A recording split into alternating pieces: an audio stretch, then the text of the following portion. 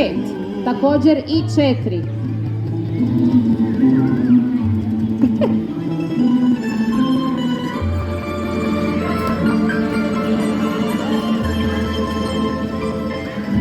Preneslo se, mama.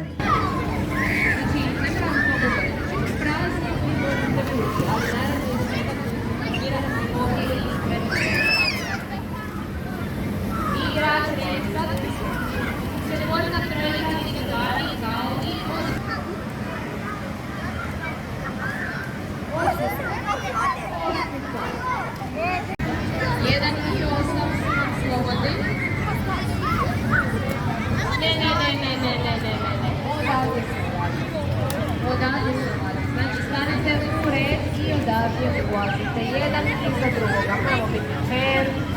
Radimo brze izmjene.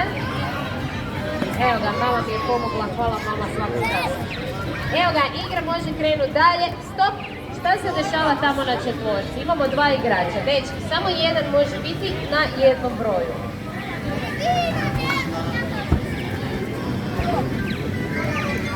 Ispala je četvorka. Ispala je dvojka. Odavdje se ulazi. Sedmica vam je slobodna. Šestica vam je slobodna. Šestica, ne. Šestica. Punite prazne pozicije, ja vam govorim brojeve. 1 je vani.